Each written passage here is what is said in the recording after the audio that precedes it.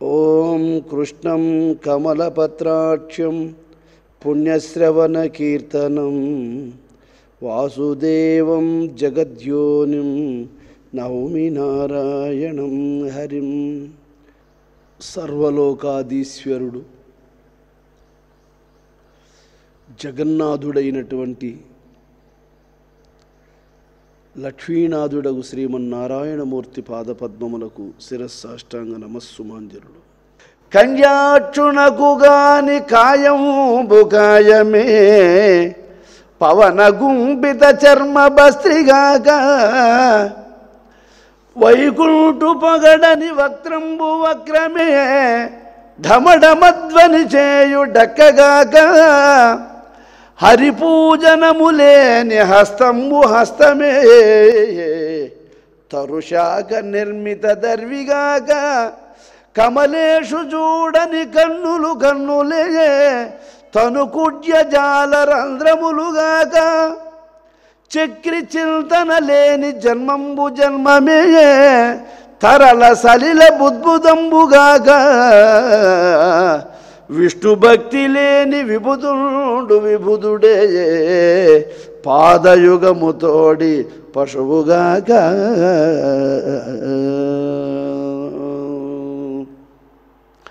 నాయన, ఈ శరీరాన్ని భగవత్ సేవకు ఉపయోగించకపోతే అది శరీరం కాదు నాయన. ఆచారి కొలిం తిత్తిన ఒక దాన్ని పెట్టుకొని ఊపుతూ ఉంటాడు. దానివల్ల ఇనుము, వెండి, రాగి, బంగారు, ఇత్తలి ఇటన్నింటినీ కరగబెట్టి వాడు ఏదో వస్తువులు చేసుకుంటూ ఉంటాడు. ఆ కొలిమి తిత్తన్నా ఉపయోగపడుతుంది, కానీ పంచలోహాలు కరగబెట్టేదానికి ఏమి ఈ కొలిమి తెత్తి రెయ్యి పొగులు గాలి ఎగబోస్తా దిగబోస్తా ఉంటాడు, కానీ అది భగవత్ స్వరూపం అని తెలుసుకోకుండా అటువంటి బతికేవానికంటే కొలిమి తిత్తే మేలు నాయన. కొలిమి తిత్తే మేలు. అదన్నా పంచలోహాలు కరిగించుకోవడానికి ఆచారి కన్నా పనికొస్తుంది. వీడు దేనికి పనికొస్తాడు నాయన? నిరంతరము తనలో చరిస్తూ ఉండేటువంటి యొక్క చైతన్యము భగవత్ స్వరూపం అనే విషయాన్ని గుర్తించకుండా బతికేవాడు వాడిని బతుకు కాదు నాయన, వేస్ట్ వాడు అన్నాడు. ఆ వైకుంఠవాసుడైనటువంటి నారాయణమూర్తిని పొగడకుండా ఉండేటువంటి నోటి కంటే బుడబుడకు మేలు నాయన. ఇల్లు తిరుగుతూ ఉంటాడు చూడు, తంబూరు ఒకటి చేత పట్టుకొని చుటుకు చుటుకు చుటుకు చుటుకు చుటుకంట, వాని బుడబుడక మేలు ఈ నోటికంటే. భగవంతుని వర్ణించకుండా ఉండే నోరు ఏమి నోరు నాయన అది? భగవంతుని పూజించకుండా ఉండేటువంటి ఈ చేతులు, చెట్లకు గాలికి ఊగుతూ ఉండేటువంటి కొమ్మలన్నా మేలు. ఎవరన్నా చెట్టు కింద కూర్చుంటే గాలిలన్నా శాస్త చల్లగా వస్తుంది. ఆ కొమ్మలన్నట్టు కదులుతూ ఉంటాయి, కానీ చేతులు ఎత్తి దేవునికి నమస్కారం చేయకపోతే వానికి చేతులు ఉండి ఏదలంటే లెఫ్ట్ రైట్ తిరిగేదానికి ఏంటికి నాయన వీడికి చేతులు ఉండి ప్రయోజనం లేదు. ఎదరింటి తిరుక్కుంటా ఉండే వానికి ఎందుకు చెప్పు? అలాగే కమలేషు చూడని కన్నులు కన్నులే, భగవంతుని చూడుకుంటూ ఉండేటువంటి కన్నులు కన్నులు కాదు. ఇంటికి దిగుళ్ళు పెట్టుంటారు, ద్వారానికి ఈ పక్కన ఒకటి ఆ పక్కన ఒకటి. వాటికి ఏమన్నా కళ్ళు ఉండయా? వాటికి ఏమన్నా సూపు ఉండదా? ఎవరైనా వస్తే ఏమయ్యా మా వాడు లేడు, ఊర్లోకి పోయినాడు, కొంతసేపు కూర్చో వస్తాడని అవి ఏమన్నా చూస్తాయా, మాట్లాడతాయా దిగుళ్ళు? ఏమి భగవంతుని చూడకుండా ఉండేటువంటి వాని కళ్ళు కూడా అంతే. భగవంతుని చూడకుండా ఉండే కళ్ళు కాదు నాయన, అవి పనికిరావు. చక్రి చింతలేని జన్మంబు జన్మమే, భగవంతుని యొక్క చింతన లేకుండా ఉండేటువంటి వాని జన్మం కాదు. నీళ్ల మీద లేసినటువంటి యొక్క బుడగ ఆడొచ్చి తాకేటప్పటికి పుట్టిక్కిమని పగిలిపోయినట్లు ఈడు నీళ్ల మీద బుడగలో ఏముంటుంది? గాలి ఉంటుంది. ఆ గాలి ఉన్నంతసేపు అది తిరుగుతూ ఉంటుంది నీళ్ల మీద బుడగ. ఆ గాలి పుట్టిక్కిని పోయిందంటే ఇది నేలలో కలిసిపోతుంది. అట్లాగా గాలి ఒకటి లోపల ఉండే దానివల్ల వీడు తిరుగుతూ ఉంటాడు. ఆ గాలి ఎట్ట పోయిందంటే ఇది పుట్టిక్కిన భూమిలోకి ఎత్తి పూడి చేస్తుంటాడు. ఇన్ని కాబట్టి విష్ణు భక్తి లేని విభుదుడు విభుదుడే పాదయుగముతోడి పశువుగాక. విష్ణు భక్తి లేనటువంటి వాడు పండితుడు కాదునైనా రెండుగాళ్ల పశువు అని చెప్పాడండి. ఇలా చెప్పేటప్పటికీ దానవేంద్రుడు పెద్ద గాలికి విసిరి ఆ కొమ్మలన్నీ ఇరిగి కూలిపోయి మోటిమానైపోయినట్లు అయిపోయింది ఆయన పరిస్థితి. పెద్ద గాలి సుడిగాలికి కొమ్మలన్నీ ఇరిగిపోయి మోటిమానైపోతుంది చూడదే. ఆ మాదిరి నా కన్న కొడుకే నాకు శత్రువైనాడా, దేవేంద్రుడు శత్రువు అని చెప్పి స్వర్గానికి పోయి వాడిని దరిమేసి స్వర్గాన్ని ఏలుకున్నాను నేను. వైకుంఠానికి పోయి నాగరాజుని రే ఏడ్రా నాగరాజ ఏడ్రా విష్ణువు అని అడిగితే ఏమి విష్ణువు ఏడపోయినాడు వాని అడ్రస్సే కనపడలా. 3 లోకాలను గడగడలాడించినవని నేను. ఈడు కాసింత లేడు ఏలుడంత లేడు. సంసార జీమూత సంగంబునిచ్చునే చక్రిదాస్య ప్రపంచనములేక కారుమబ్బులు సూర్యుణ్ణి కమ్ముకున్నట్లు ఏమి జీవుణ్ణి ఆ విధంగా సంసార బంధాలు అనేటువంటివి అట్లా వ్యాపిస్తాయి తండ్రి. అది భగవద్ అనుగ్రహం అనేటువంటి పెనుగాలి వీచితే మేఘాలు ఎక్కడివక్కడ చెదిరిపోతాయి, సూర్యబింబం వల్ల కనపడుతుంది. అలాగ భగవద్ అనుగ్రహం అనేటువంటి వాయువు ఒక్కటి వీచితే తప్ప ఏమి ఈ సంసారం అనేటువంటి బంధము తొలగిపోదు. తాపత్రయాభీల దావాగ్నులారునే విష్ణు సేవామృత వృష్టి లేక అడవికి రగులుకున్నటువంటి అగ్నిని నువ్వు నేను ఇద్దరము కడవలతో నీళ్ళు ఎత్తుకొని చల్లార్చాలంటే అవుతుందా? అది భగవద్ అనుగ్రహం అనేటువంటి వర్షం వడగండ్ల వాన పడితే తప్ప అది ఆరదు. అదేవిధంగానే నిరంతరము ధనేషణ దారేషణ పుత్రేషణ లోకవాసన శాస్త్రవాసన దేహవాసన అనేటువంటి తాపత్రయాదులు ఎప్పుడు దావాగ్ని రగులుతూ ఉండదే. ఇది విష్ణు సేవామృత వృష్టి లేక భగవత్ సేవ అనేటువంటి అమృత వర్షము కురిస్తే తప్ప తాపత్రయాగ్ని చల్లారదు నాయన. సర్వంకషాఘౌగ జలరాసులింకునే హరిమనీష బడబాగ్నిలేక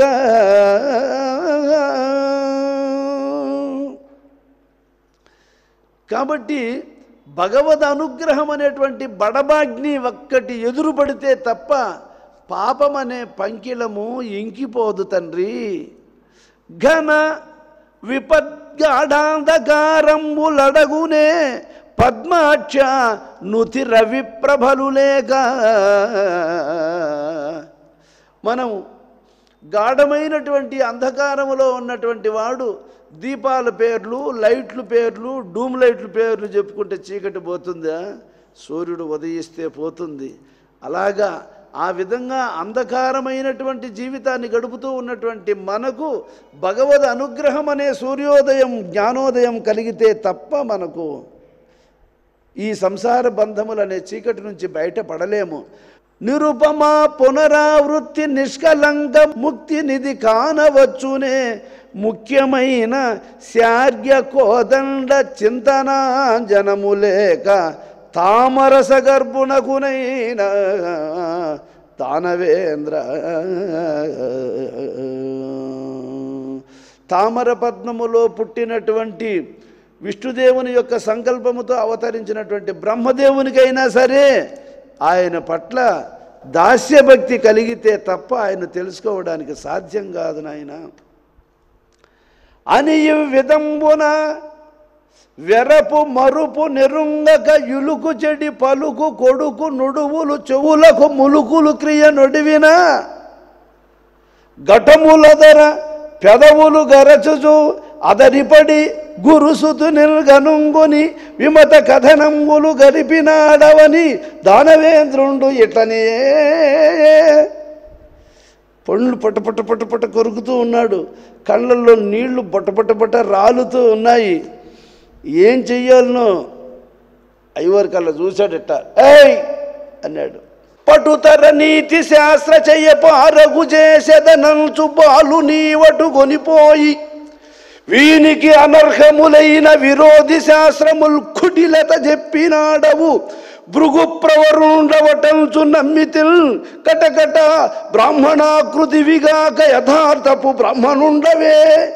గురువు అని నమ్మితి కదరా నిన్ను, నిజంగా నువ్వు బ్రాహ్మణుడు అంటరా, నువ్వు నా బిడ్డకి ఇదేనట్రా నువ్వు నేర్పించాల్సింది ఏయ్ అన్నాడండి అయ్యవారిని. ధర్మేతర వర్తనులును దుర్మంత్రులునైన జనులు దురితములందు మర్మములు గలంచి కల్మష కర్ములు రోగములు పొందు కైవడి విప్రా. ఓ బ్రాహ్మణుడా, దుర్మార్గులైనటువంటి వాళ్ళు దుష్టములైనటువంటి ఆహారములు తీసుకునేటువంటి వాడిని రోగాలు బాధిస్తాయి. అలాగే కుటిలాత్ముడైనటువంటి వాళ్ళను దగ్గర పెట్టుకుంటే మానసికమైనటువంటి వేదనలు ఎంతటి వాళ్ళకైనా తప్పవు. నిన్ను పెట్టుకోవడం, నేను ఆచార్యుడిగా పెట్టుకోవడం నాది బుద్ధి తక్కువ, నేను తప్పు చేశాను, నువ్వు పనికిరావు అని అయ్యవారిని అని రాజునకు పురోహితుండు ఇట్లని తప్పులు లేవు మా వలన దానవనాదా,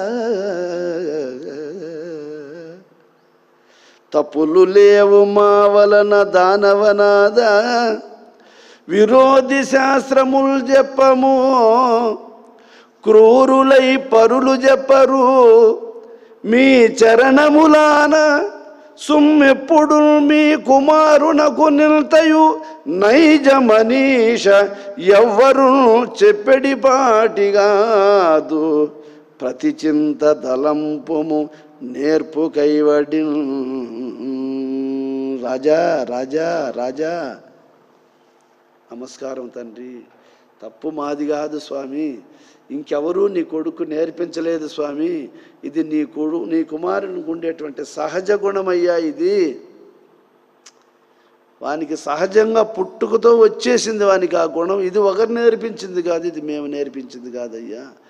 అసలు ఇట్లా వాని నోట్లో వచ్చే ఆ పద్యాలు, ఆ మాటలు, ఆ భావనలు మా స్కూల్లో ఎవరికీ రావు, మాకు తెలవయి. అటువంటి మాటలు మాట్లాడుతున్నాడు. అందులో మేము మిత్రులము, మీ మేలు కోరేవాళ్ళం, మీ నీడను మీరు పెట్టింది తిని బ్రతికేవాళ్ళం, పురోహితులము పాత్రులమే మదియునుగాక భార్గవులము, నీ పుత్రుని ఇటువలె చేయగ శత్రులమే దైత్య జలది చంద్రమ వింటే. రాజా, పూర్వము నుంచి మీకు మేము స్నేహితులం, రాక్షస వంశమునకు మా తండ్రి గారు కులగురువు, ఏమి భృగువంశములో పుట్టినటువంటి వాళ్ళం మేము నీకు జాపకారం చేస్తామా రాజా, కాబట్టి తప్పు మాది కాదు స్వామి అని అనిన గురునందను కోపింపక దైత్య వల్లభుండు కొడుకు నవలోకించి ఇట్టని. అవునా, అయ్యవార్లు వీళ్ళలో నిజాయితీ కనపడుతూ ఉంది, వీళ్ళు చెప్పింది కాదు ఇది, సరే మరి వీనికి ఇంకా ఇది ఎట్లా వచ్చింది తెలుసుకోవాలి, వాడిని అడగాలి అని అప్పుడు హిరణ్యకశ్యపుడు ప్రహ్లాదునితోనే ఇంకా మాట్లాడతాడు. అప్పుడు ప్రహ్లాదుని చూచాడు ఇలాగా, వజ్జలు చెప్పని మతి మజ్జాతుడవై నీకు మరి ఎవరి చేను జాతమయ్యే బాలక, తజ్జనుల పేర్కొనుమో తగనామ్రోల. ప్రహ్లాద, అయ్యవార్లు నీకు ఈ విష్ణు భక్తిని గూర్చి నేర్పలేదు, ఇది సత్యం. అయితే ఇంకెవరు చెప్పారురా నీకు ఎట్లా తెలిసింది ఇది? ఓ ఎవరో చెబితే కూడా ఇంత స్ట్రాంగ్గా, ఒరే మీ నాయన ఎన్నన్నా చెప్పని నువ్వు మాత్రం మారద్దు అన్నట్లు, ఇంతకంటే నిజం ఇంకొకటి లేదు అని నీ మనస్సు నమ్మడానికి ఇంత ప్రాక్టీస్ నీకు ఎవరి వల్ల వచ్చిందిరా? ఎవరి వల్ల వచ్చింది? ఇది ఒకనాటి అభ్యాసమా? ఒకసారి చెప్తే గుర్తు పెట్టుకొని చెప్పగలిగే పాఠ్యం కాదే ఇది. ఇది ఎంతకాలం నుంచి ఎవరు నీకు రహస్యంగా దీన్ని ఉపదేశిస్తున్నారు అని నా తండ్రికి ప్రహ్లాదుడిట్లని.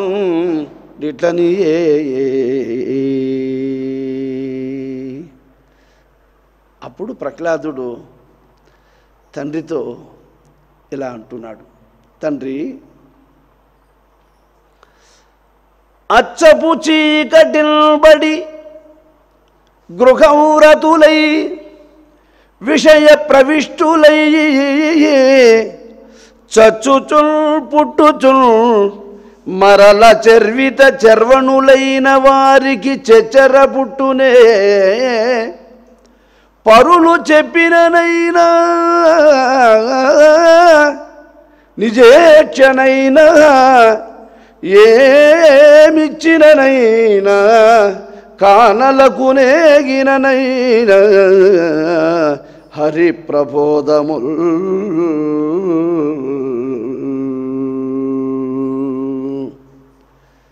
తండ్రి ప్రణామములు. తండ్రికి నమస్కారం చేశాడు. ఈ సృష్టిలో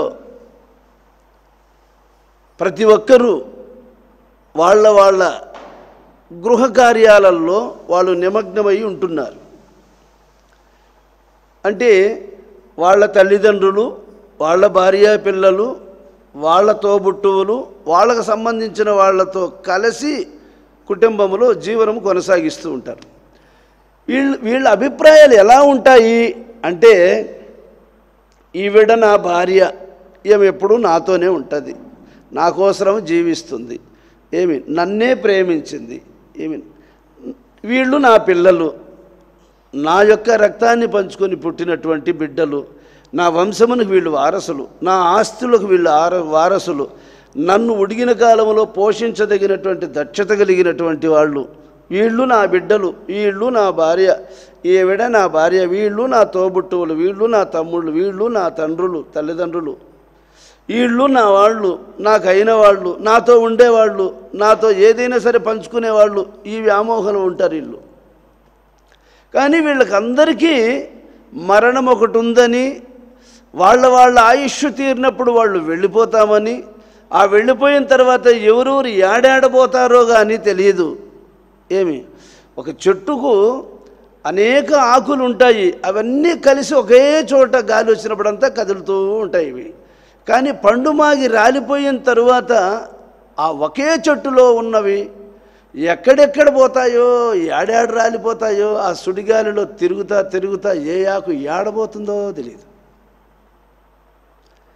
ఏ ఆకు ఏడబోతుందో తెలియదు. ఒకే చెట్లో ఉన్న ఆకులు కడ వరకు రాలిపోయిన తర్వాత కూడా ఒకే చోట చేరుతాయి అనడానికి లేదు. ఒకే కుటుంబంలో ఉన్నటువంటి వాళ్ళు మరణం వచ్చిన తర్వాత వాళ్ళు ఏ కర్మలకు తగినటువంటి జన్మకు సంబంధించి వాళ్ళు ఏడాడబోతారో తెలీదు.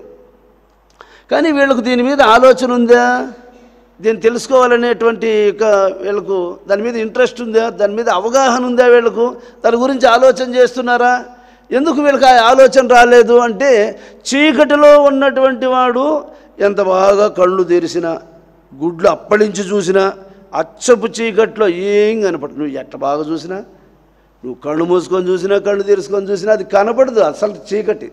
అట్లాంటి కుటుంబం మీద అచ్చపు చీకటిని పడి, అచ్చం మళ్ళీ కొంచెం కూడా వెలుతురు అనేది ఎక్కడ లేనటువంటి దానిని అచ్చపు చీకటి అంటారు. అట్లాంటి దాంట్లో పడి గృహఊరతులై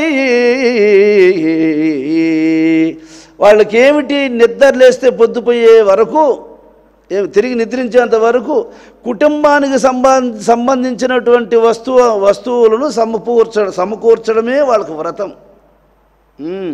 కట్టుకోవడానికి ఏం కావాలి, పెట్టుకోవడానికి ఏం కావాలి, తినడానికి ఏం కావాలి, వీటికి సంబంధించిన వాటిని సమకూర్చడమే వాళ్ళకు వ్రతం. ఇందువల్ల గృహవ్రతులై విషయ ప్రవిష్టులై, ఈ విషయాదులు అనేటువంటి మనం అనుకున్నవి నెరవేరవు, ఎంత ప్రయత్నం చేసినా నెరవేరకపోగా వాటి నుంచి వ్యతిరేక ఫలితాలు కూడా ఎదురవుతూ ఉంటాయి.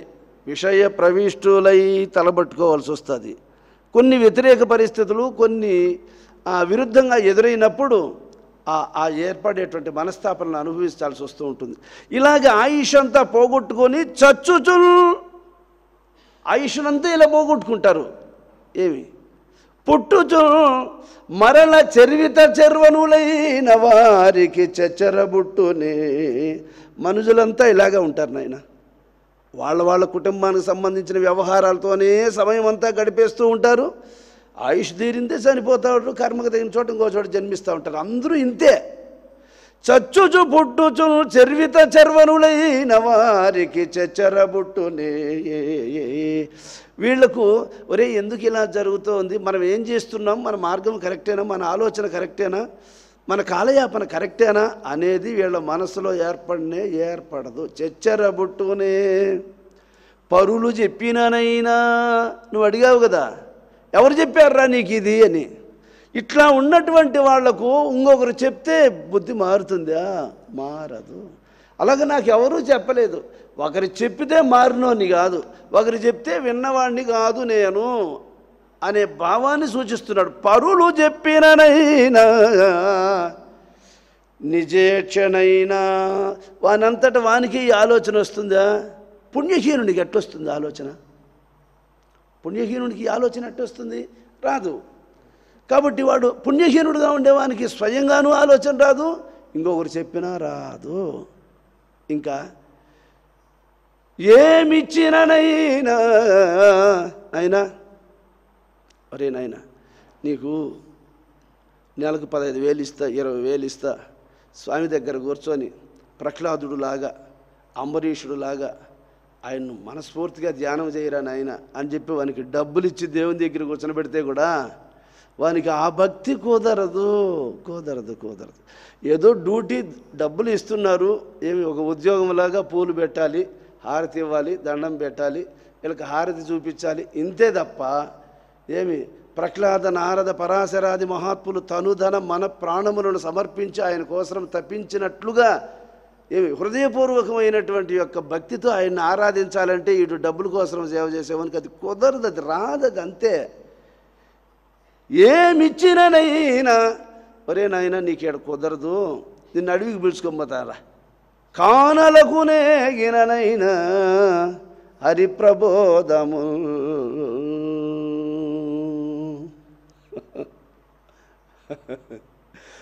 నాతో కూడా ఏకాంతానికి పదవరా నాయన, ఎడుంటే నీకు సంసారం గుర్తు వస్తూ ఉంటుంది, నువ్వు ఎడు ధ్యానం చేయలేవు, నాతో కూడా పదవరారని వానికి ఏకాంతానికి పిలుచుకొని పోతే కూడా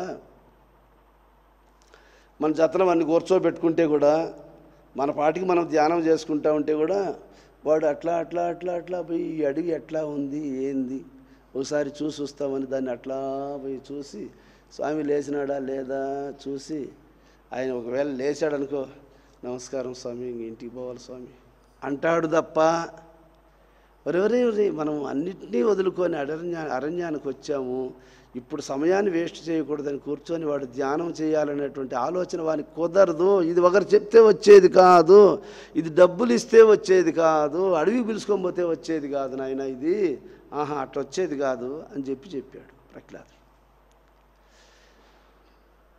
ఇంకా అంతటితోనే ఆపకుండా నీకు నా అభిప్రాయం నీకు బాగా అర్థం అవ్వాలంటే ఎక్స్ప్లెయిన్ చేసి చెప్తాను ఇంకా అన్నట్లు ఇంకొక పద్యాన్ని చెప్తున్నాడు. తండ్రి, కానని వాని నూతగొని కానని వాడు విశిష్ట వస్తువులు కానని భంగి కర్మములు గైకొని కొందరు కర్మబద్ధులై కానరు విష్ణుగొందరట కందు అకిల్చన వైష్ణవాంగ్రి సంస్థాన రజోభిషిక్తులగు సంహృత కర్మలు దానవేశ్వర.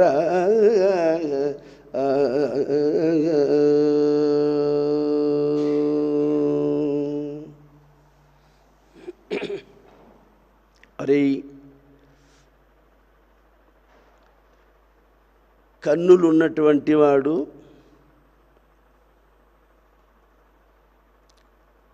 సృష్టిని చూడగలుగుతాడు, కానని వాని నూతగొని కానని వాడు విశిష్ట వస్తువులు కానని భంగి. వీడు గుడ్డోడు, ఈయనకి పుట్టుకతోనే చూపు లేదు, ఏమి వీడు వెతుక్కుంటూ దారింటి పోతూ ఉన్నాడు, ఇంకొకడు ఎదుటిపడ్డాడు, వాడు కూడా గుడ్డోడే, వానికి కూడా పుట్టుకతోనే చూపు లేదు. వీళ్ళిద్దరూ ఫ్రెండ్స్ అయ్యారు, ఒకరి చెయ్యి ఒకరు పట్టుకున్నారు. అరే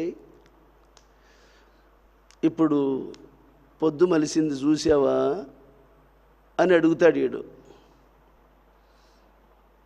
ఈయనకి కళ్ళు ఉన్నాయా లేదా అనేది వానికి తెలియదు. అందుకని వాడేమంటాడంటే, నువ్వు చూసావేమో చెప్పు అని వాడు అడుగుతాడు. వాడు గుడ్డోడే, ఈడు గుడ్డోడే. సూర్యోదయం వాడు చూడలేడు, ఈడు చూడలేడు. అలాగే భగవంతుని గురించి జ్ఞానశూన్యులు ఈ ప్రపంచంలో ఎంతమంది ఉన్నా అందరూ గుడ్డి వాళ్ళతో సమానమే. వీడు చూడలేడు, ఇంకా వీడు ఇంకొకరు చూపిస్తాడా? వాడు గుడ్డోడే, వాడు చూడలా. సూర్యోదయం గుడ్డివానికి ఎట్లా కనబడదో అలాగే విశిష్ట వస్తువులు కానని భంగి కర్మములు గైకొని కొందరు కర్మబద్ధులై కానరు విష్ణుని. అందరూ కర్మలు మూటగట్టుకొని వచ్చారు ఈ లోకానికి. ఆ కర్మ వాళ్ళకు అడ్డుగా ఉంది. అది ఎట్టా కనబడనిస్తుంది? అది కనబడనివ్వదు. ఎట్టయితే తెర అడ్డుగా ఉంటే తెర తొలగితే కానీ ఎదుటుండే వస్తువు కనబడదు. అలాగే కర్మ అడ్డుగా ఉంది ప్రతి ఒక్కరికి. ఆ కర్మ తొలగితే కానీ ఏమి యథార్థం కనబడదు. కాబట్టి కర్మబద్ధులై కానరు విష్ణు కొందరట కందురకించన వైష్ణవాంగ్రి సంస్థాన రజోభిషిక్తులకు సంహృత కర్ములు దానవేశ్వర. ఇక్కడ వైష్ణవాంగ్రి సంస్థాన రజోభిషిక్తులకు సంహృత కర్ములు దానవేశ్వర. భగవంతుని యొక్క పాదపద్మములను హృదయపేటిక యందు భద్రపరుచుకొని స్థిర మనస్కులై సదా ఆయనను ఆరాధించేవాళ్ళు మాత్రం ఆయనను తెలుసుకోగలరు. తక్కిన వాళ్ళకి ఇది తెలియదు నాన్న అన్నాడు. తండ్రి ధర్మశాస్త్రము, అర్థశాస్త్రము, కామశాస్త్రము వీటికి లోబడే ఉన్నాయి. వేదములనంగా త్రైగుణ్య విషయకములు. వేదాలన్నీ ఏం చెబుతున్నాయి? గుణదోషములను తొలగించుకుంటే మోక్షము, గుణదోషములకు పట్టుబడితే బంధము. ఇది శాస్త్రములలో గల ఫైనల్ తీర్పు. గుణదోషములు గలవాడు బద్ధుడు, గుణదోషరహితుడు ముక్తుడు. ఇంతే. అందువల్ల అన్ని శాస్త్రాలలో ఉండేటువంటి సారము ఇంతేననే విషయం నేను తెలుసుకున్నాను అన్నాడు. సోదింపబడే సర్వశాస్త్రములు రక్షోనాద వెయ్యేటికి గాదల్. సమయం వృధా అంతే. ఒక మెతుకు పట్టుకొని చూస్తే అన్ని మెతుకులు ఇలాగే ఇదే మోడల్లో ఉడుకుంటాయని తెలుసుకున్నట్లు సర్వ వేదాలలో ఉన్న సారం ఇంతే. కాబట్టి మాధవ సేముషీతరని సాంగత్యంబునగాక భగవంతుని యొక్క పాదపద్మములను ఆశ్రయించి శరణు పొందిన వానికి తప్ప తక్కిన వానికి దుర్మేధం దాటగవచ్చునే. చూసుకో, నువ్వు శోధించి చూసుకో. నువ్వు 3 లోకాలు కాదు 36 లోకాలు కూడా ఉంటే కూడా వెతికి చూసుకో. ఇవి బాధలు తప్ప నీకు బోధ అనేది కుదరదు. దుర్మేధం దాటగవచ్చునే. దాటరానిది మాయ, దాటరానిది కర్మ, తెంచుకోలేనిది బంధము. కాబట్టి భార్య, పిల్లలు, తల్లిదండ్రులు, సంసారం అనేది ఎట్లా ఉంటుంది అని అంటే, సముద్రములో సుడిగుండం ఏర్పడితే దానికి ఎదురుగా నడిచేటువంటి పడవలు, సుడిగుండానికి ఎదురుగా నడిచేటువంటి పడవ ఎట్లయితే తిప్పి నీళ్ళల్లో ముంచాడు బారేస్తుందో అటువంటి సంసారానికి ఎదురుగా నడిచేటువంటి వాడు దాని నుంచి బయటపడలేడు. అది సాధ్యం అవ్వదు. అందువల్ల ఒకవేళ సుడిగుండానికి ఎదురుగా పోకుండా పక్కకు కూడా పోయిందనుకో, ఆ అలల యొక్క తాకిడిని దాటుకొని పక్కకు ముందుకు పోగలిగిన సత్తా చాలదు. సంసారంలో ఈ సమస్య తీరిపోయింది, ఇంకేం భయం లేదులే అనుకుంటే దానికి మించింది ఇంకొకటి వస్తుంది. అందుకు గడచితినని బహు గర్వించినావటే, గడపులెక్కడ కాయమున్నంత వరకు, పొడమిలో బ్రతికున్నంత కాలము ఇడుమలను తుదినంతముగానము, కుడిచినది జీర్ణించకుండున కూడబెట్టిన ధనములుండున అంటాడు. ఎంతకాలం నువ్వు భూమి మీద జీవిస్తే అంతకాలానికి సరిపోయే అంత మ్యాటర్ ముందుగానే ఫిలప్ చేసి పెట్టేసి ఉంటాడు కాలంలో. అందువల్ల ఇన్ని సంవత్సరముల ఆయుష్, ఈరోజు ఇది అనుభవించాలి, రేపు ఇది అనుభవించాలి. ఒక క్యాలెండర్ను చూడు మీరు, ఆ క్యాలెండర్లో 1వ తేదీ నుంచి లాస్ట్ 31వ తేదీ వరకు ఎప్పుడు విధియ, ఎప్పుడు తదియ, ఎప్పుడు చవితి, ఎప్పుడు అష్టమి, ఎప్పుడు పంచమి ఇచ్చేసి ఉంటాడు ముందుగానే. అమావాస్య ఎప్పుడు, సూర్యగ్రహణం ఎప్పుడు, చంద్రగ్రహణం ఎప్పుడు, పౌర్ణమి ఎప్పుడు, దుర్ముహూర్తాలు ఎప్పుడు, రాహుకాలం ఎప్పుడు, యమగండం ఎప్పుడో నిర్ణయం చేసి ఉంటాడు. ఇది జనవరి కదా, ఇంకా తర్వాత ఫిబ్రవరి లిస్ట్ ఇప్పుడే రాదులే అనుకోవడానికి లేదు. అది డిసెంబర్ వరకు అది ఫ్రంట్ అయిపోయి వచ్చేసింది ఎప్పుడో.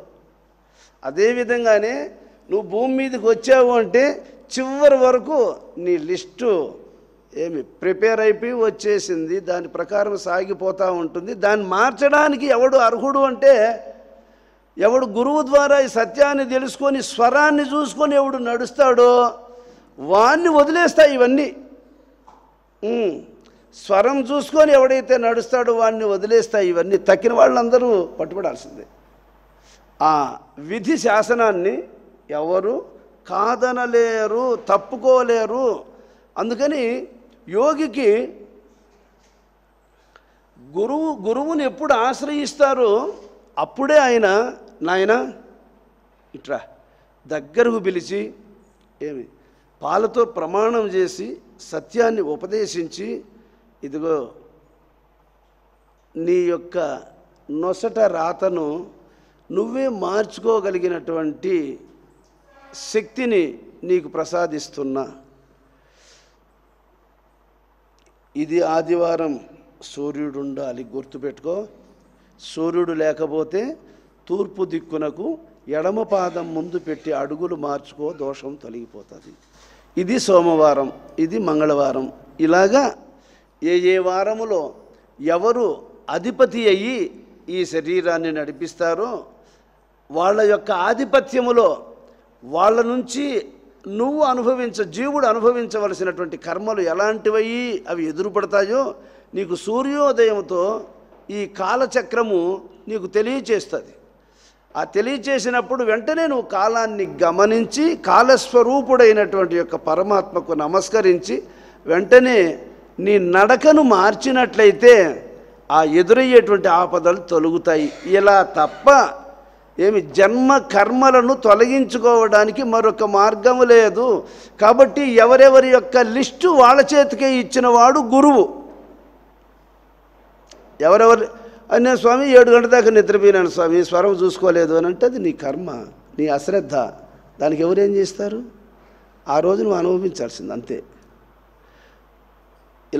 ఇలాగ సమయాన్ని పోగొట్టుకునే వీళ్ళకందరికీ కూడా దాని విలువ ఏందో తెలియదు, దాని యొక్క గొప్పతనం ఏంటో తెలియదు, అసలు అది ఏంది అనేది కూడా వీనికి తెలియదు. కాబట్టి అది ఆత్మ, అది పరమాత్మ యొక్క స్వరూపం.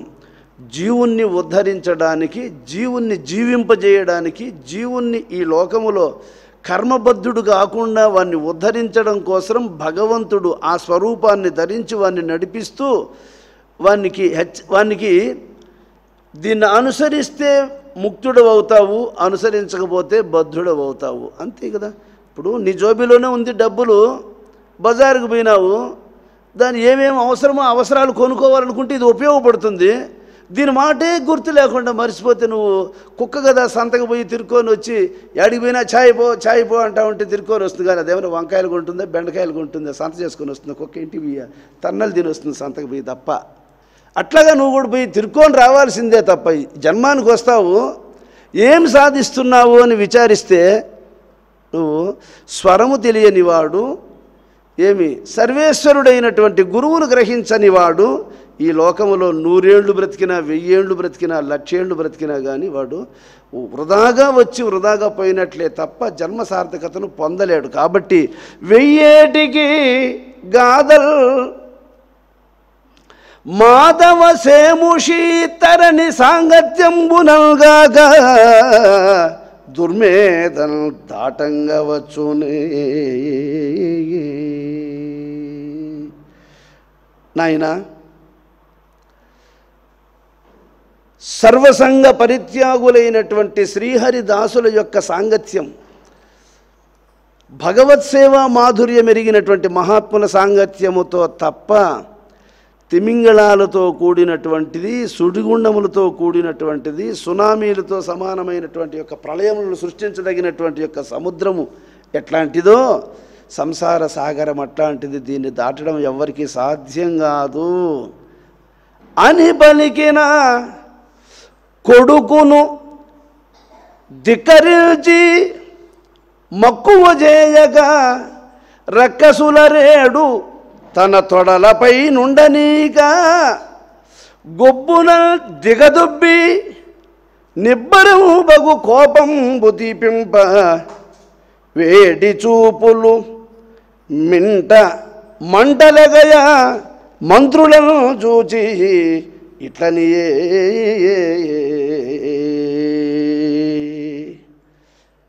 అరే, ఇంత క్లియర్గా చెప్తున్నాడు ఆయన.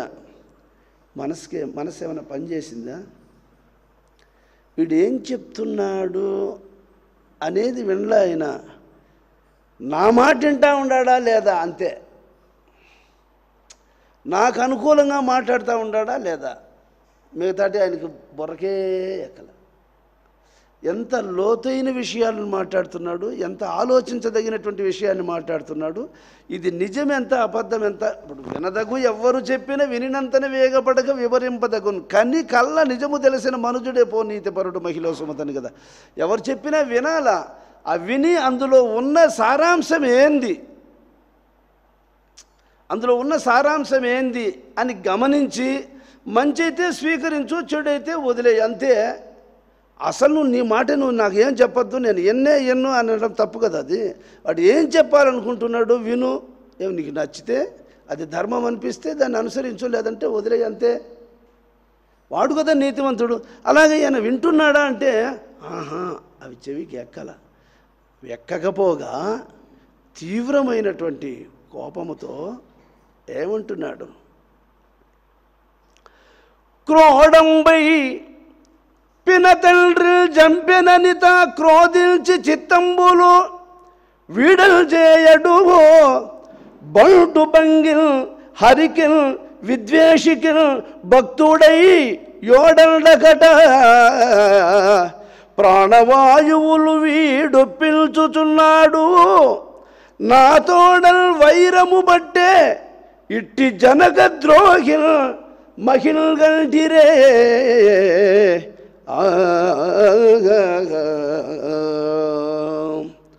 మంత్రులారా, భటులారా, ఇటువంటి కులద్రోహిని మీరు ఎక్కడన్నా చూశారంటారా? ఏం మాట్లాడుతున్నాడు వీడు? ఎవరిని పొగుడుతున్నాడు ఇతడు? ఎవరికి దాస్యం చేస్తున్నాడు ఇతడు? నా తమ్ముడు, నా తోడబుట్టినవాడు, నాకు అండదండగా ఉండేవాడు, మా అన్న అనేటువంటి గౌరవంతో నాకు ఏది ఎదురైనా సరే దానికి ముందుండదగినటువంటి వాణ్ణి వరాహావతారంలో పంది రూపాన్ని ధరించుకొని వచ్చి మాయావి అయినటువంటి విష్ణువు వాడిని సంహరించాడు నా తమ్ముణ్ణి. మరి నేను ఎంత నష్టపోయాను, ఎంత నాకు చేదోడు వాదోడుగా ఉండేవాడిని నేను పోగొట్టుకున్నాననే బాధ నాకు ఎంత ఉంటుంది. ఈయనకుంది ఆ బాధ? మా చిన్నాయన్ని ఇలా చేశాడే, మరి వాని మీద పగబట్టుకొని మా వంశానికి ఏమి ఇంత ద్రోహం చేశాడా? దానికి అనుపానాలను వెదకి పగ ప్రతీకారం తీర్చుకోవాలనే ఆలోచన కొంచెమన్నా ఉందే వీనికి? వానికి బంటయ్యి వాని గొప్పతనాలను పొగుడుతాడు, వాడిని తలుచుకుంటేనే మోక్షమంట. వాడిని తలుచుకోవాలంటే పూర్వజన్మ పుణ్యం ఉండాలంట. ఏమి చూపు లేనివాడు సూర్యుడిని చూడలేనట్లు ఏమి జ్ఞానం లేనివాడు వాడిని చూడలేడట. ఎవరిని? పంది ఆకారంలో వచ్చి నా తమ్ముని చూశాడే, నా తమ్ముని సంహరించినాడు, వాడిని జ్ఞానం లేకపోతే చూడలేడట. ఇదేనంటారా మాట్లాడేది వీడు? కాబట్టి వీడు నా కడుపున పుట్టాల్సినవాడు కాదు, పుట్టాడు. వీడు శత్రువురా. ప్రాణవాయువులు వీడు పీల్చుచున్నాడు, నా ప్రాణాలను తోడేస్తున్నాడు. నేను వీడిని ముఖం చూడడానికి కూడా నాకు ఇష్టపడలేదు. కాబట్టి నా తోడల్ వైరము బట్టే ఇట్టి జనకద్రోహిల్ మహిళ గంటిరే. వీడు తండ్రికి ద్రోహం చేసేవాడు వీడు అని మాట్లాడుతున్నాడు. అని రాక్షస వీరులని క్షించి ఇటని